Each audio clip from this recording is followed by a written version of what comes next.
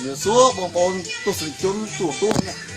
ស្មីហងមេកទីគោរពបាទកម្មវិធី The Voice Cambodia ដែលបងប្អូនទន្ទឹងរង់ចាំជារៀងរាល់សប្តាហ៍ថ្ងៃនេះបានមកដល់ហើយបាទគឺដល់វគ្គមួយទៀតដើម្បីជួបជាមួយបេក្ខជនជាច្រើនដែលកំពុងតែរង់ចាំដើម្បីបញ្ចេញសមត្ថភាពនៅថ្ងៃនេះបាទអញ្ចឹងហើយសូមទស្សនិកជនរង់ចាំទស្សនាដើម្បីឃើញសមត្ថភាពរបស់បេក្ខជនរបស់យើងខ្ញុំបាទសួរបងបាទលោកសួស្ដីបងមកពីខាងខេត្តណាដែរបាទខ្ញុំមកពីទីរួមខេត្តកំពង់ចាមបាទបងតើបងមានចំណាប់អារម្មណ៍យ៉ាងម៉េចដែរចំពោះកម្មវិធី The Voice Cambodia យើងបាទថានឹងខ្ញុំមានការពេញចិត្តយ៉ាងខ្លាំងព្រោះអីខ្ញុំរងចាំឱកាសនេះយូរហើយបងខ្ញុំធ្លាប់ប្រឡងកម្មវិធីជាច្រើនប៉ុន្តែបងពេលនោះមានសម្លេងមិនល្អពេលនេះហើយបងធ្លាក់អញ្ចឹងហើយថ្ងៃនេះបងខ្ញុំថាបងអាចទទួលបានជាធីបាទព្រោះទៅស៊ូបងដើម្បីអនាគតរបស់យើងបាទបងទៅតែត្រង់ដើម្បីឲ្យខូចទាំង4របស់យើងជ្រើសយកបងជាសមាជិកក្រុមរបស់បងបាទសូមអញ្ជើញបងអញ្ចឹងបាទយើងជាមិត្តភក្តិរបស់បងមែនទេបាទតើមានតែថាពីដើមមកថាមិត្តភក្តិយើងចូលចិត្តធ្វើអ្វីទៀតទេនៅភូមិនៅស្រុកអូតាំងពីដើមមកគឺចូលចិត្តជឿតែម្ដងចូលចិត្តជ្រៀងបាទហើយគាត់ពីកន្លែងរបស់គាត់ដែលគាត់ចូលចិត្តជ្រៀងគឺនៅវាលស្រែបាទហ្នឹងហើយគឺគាត់បញ្ចេញសម្លេងបានលះឡតែម្ដងបាទសូមអញ្ជើញបងដើម្បីបង្ហាញសមត្ថភាពខូចទាំង4របស់យើង10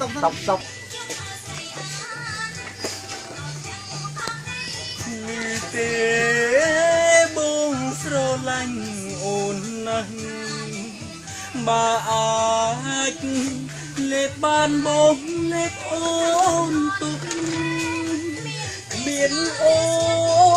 នបងគឺគ្មាន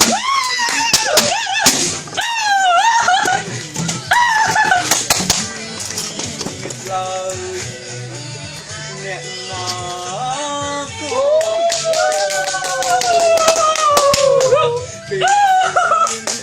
្លាយជាសង្សារទេហើយបុនវិលផែនអីthôiបងមិនបងដើមមានគេមនុស្សបាយលែងមានអកាសនៅចិត្តមនុស្សដែរធ្លួចស្នេហ៍មនុស្សបែកគ្នាហើយមិនងាយជួបគ្នាទេត្រូវតែបំភ្លេចស្រឡាញ់ម្លឹងហើយយ៉ាងណាឈប់មិនបានបងនឹកក៏យ៉ាងខ្លាំងណាស់នឹកអូនណាស់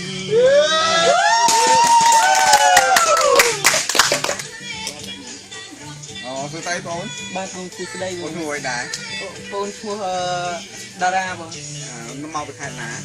បងមកពីទីក្នុងខេត្តកំពង់ចាមបងបាទអើយអាយុប្រហែលហើយអាយុ23ឆ្នាំបងអូនមានចំពោះបងចំពោះបែបបងមានចំណាប់អារម្មណ៍អូនមានទឹកដងសម្លេងល្អ